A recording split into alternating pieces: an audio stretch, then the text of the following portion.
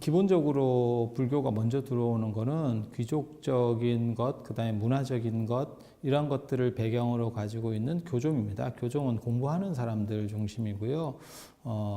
그 다음에 공부를 하다 보니까 아무래도 당연히 문화적 창달, 그 다음에 출신 배경도 사실은 높죠. 그 당시 귀족 사회에서 높은 사람들이 승려가 되는 거예요.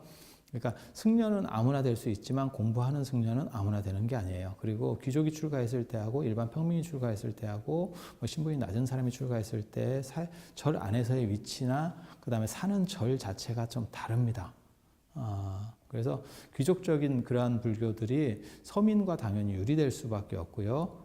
문화적으로는 화려하고 훨씬 높을 수 있지만 서민과 유리될 수밖에 없고요. 그래서 서민적 요구들이 비등했을 때 나타나는 게 선종. 그래서 선종이라고 하는 것은 네 마음만 있으면 너는 부처가 될 수 있다. 그것은 많은 공부를 통한 것도 아니고 많은 어떤 수학 기간이 있어야 될 필요도 없다. 그래서 네 마음이 있으면 언제든지 그것을 되돌려봐서 부다가 될 수 있다라고 하는 어떻게 보면 축복적 메시지를 전달하는 거고요.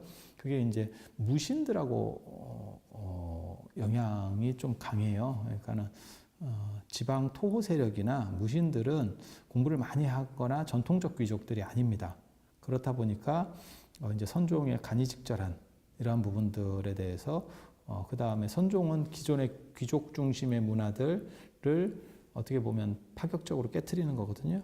그런 사람들의 관점은 지방 토호 세력이나 안 그러면 무신들 입장에서는 상당히 긍정적이죠. 자기네들의 정당성을 변증해 줄 수도 있으니까요. 그래서 신라 하대부터 이제 신라의 문화들이 흔들리기 시작하면서 선종들이 이제 급증하기 시작해서 고려 초까지, 그래서 거기서 이제 소위 말하는 구산선문, 이 선종적인 부분도 나중에 이제 문제가 생기죠. 그렇다 보니까 그 둘을 이제 어떻게 해서 합쳐보겠다 해서 하나로 합치기는 좀 어렵다라고 생각해서 그 중간점을 찾은 게 의천이라고 하는 사람이, 대학국사 의천이 중국에서 천태종을 수용을 해서 선교일치, 교관겸수라고 흔히 말하는 그런 식의 노력을 했는데 그게 이제 100% 성공하지 못했고, 그 다음 때에는 의천은 화엄종 출신입니다. 그래서 어떻게 보면 천태종을 수입해 왔으면서도 교관겸수, 교를 앞에 세우고 그 다음에 수행이라고 하는 관이 뒤에 들어가는 거죠.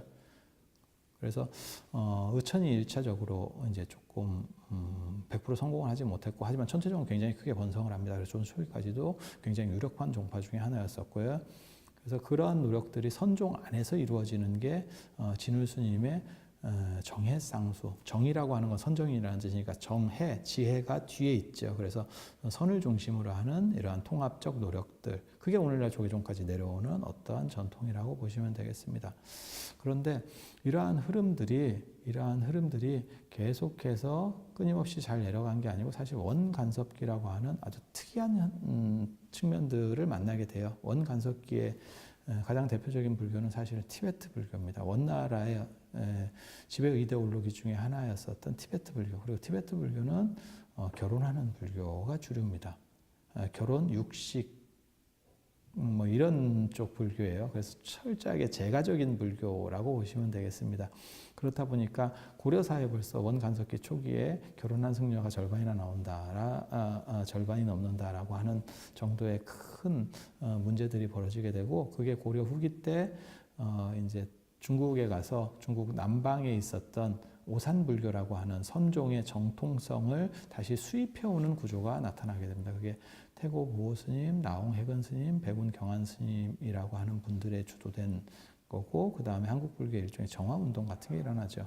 그 과정에서 힘을 너무 잃었기 때문에 신유학자들, 그 당시 신진 사대부들의 공격으로부터 불교가 자유롭지 못하고, 쉽게 말해서 내부적으로 정리할 일이 있었기 때문에 외부에서 들어오는 공격을 효율적으로 차단하지 못하고 불교가 이제 붕괴되는, 그게 이제 조선이 성립되면서 정치 권력과 결부된 신진 사대부들이 불교를 무너뜨리게 되는, 그래서 도신 불교는 무너지고 이제 산종 불교만 남는, 그리고 선종 중심으로 재편되는, 선종밖에 안 남을 수밖에 없는 이유 중에 하나는 선이 고려 말의 불교를 대표하고 있었고, 또 한 가지는 경제력이 안 되면 공부하기는 어렵습니다. 예나 지금이나 어느 정도 이상의 꾸준한 경제력이 갖추어져야 공부가 되는데 사실 숭유억굴 상황에서 경제력이 이미 떨어지게 된 거죠. 그렇다 보니까 선 중심으로 경도될 수밖에 없었고요.